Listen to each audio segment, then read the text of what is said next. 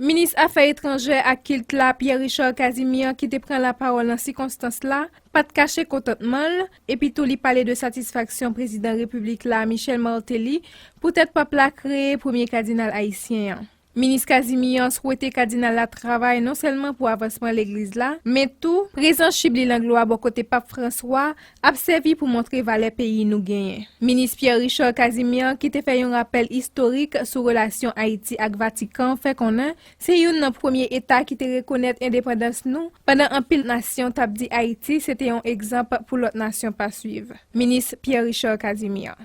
En cette heureuse et très solennelle occasion souhaitée par le président de la République et la conférence épiscopale d'Haïti, je suis heureux du grand honneur qui m'échoit de vous adresser la parole au nom du gouvernement de la République. Tout d'abord, permettez-moi de réitérer toute l'appréciation et la gratitude du gouvernement et du peuple haïtien à l'endroit de sa sainteté le pape François, qui a bien voulu couronner notre longue tradition catholique en accomplissant le désir de toute la nation, en particulier celui du président de la République, qui avait toujours souhaité que le pays ait le des siens à la curie romaine. Au nom du pouvoir exécutif, d'adresser une nouvelle fois de vives et profondes félicitations à l'éminence Chibli Langlois, qui par son entrée au collège cardinaliste fait désormais partie du cercle des premiers collaborateurs du pape François,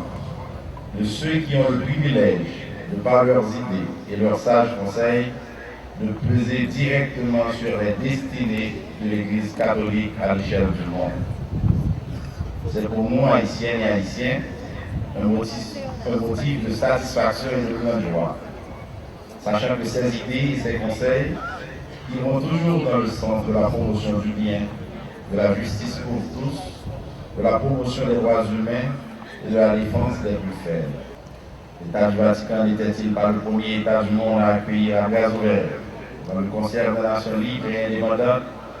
sous le peuple vanupié composé en grande partie de nègres, issus du régime avilissant de l'esclavage? N'avait-il pas, au summum des vicissitudes de toutes sortes, tendant à présenter à la face du monde le jeune État Haïti comme un exemple à ne pas suivre, signé au Concordat le 28 mars 1860, sous le règne du président Giffard, lequel Concordat pourrait être considéré à l'époque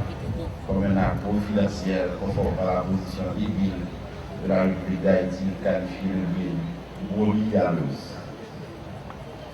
En faisant un survol historique des relations entre les plus petits États de la planète, géographiquement parlant, et Haïti, il est aisé de remarquer que le Vatican n'a jamais raté une occasion pour se ranger de l'autre côté et par ainsi apporter sa contribution à l'émancipation économique, sociale et morale de la population haïtienne.